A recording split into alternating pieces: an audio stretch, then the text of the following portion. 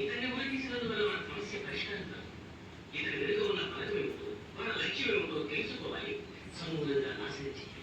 నిజమే మంత్రి గారు, కానీ దానికి నిజమే కాదు. ముందు అమ్మాయి ప్రాణం ఎలా కాపాడాలనే విషయం.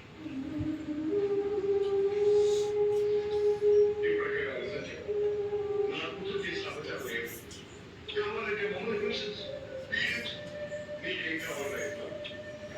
నా పట్ల ప్రాణాలు మాత్రం ఇప్పటికే వైద్యులు కూడా అందుబాటులో చదువుతున్నారు. సావు బతుకుల్లో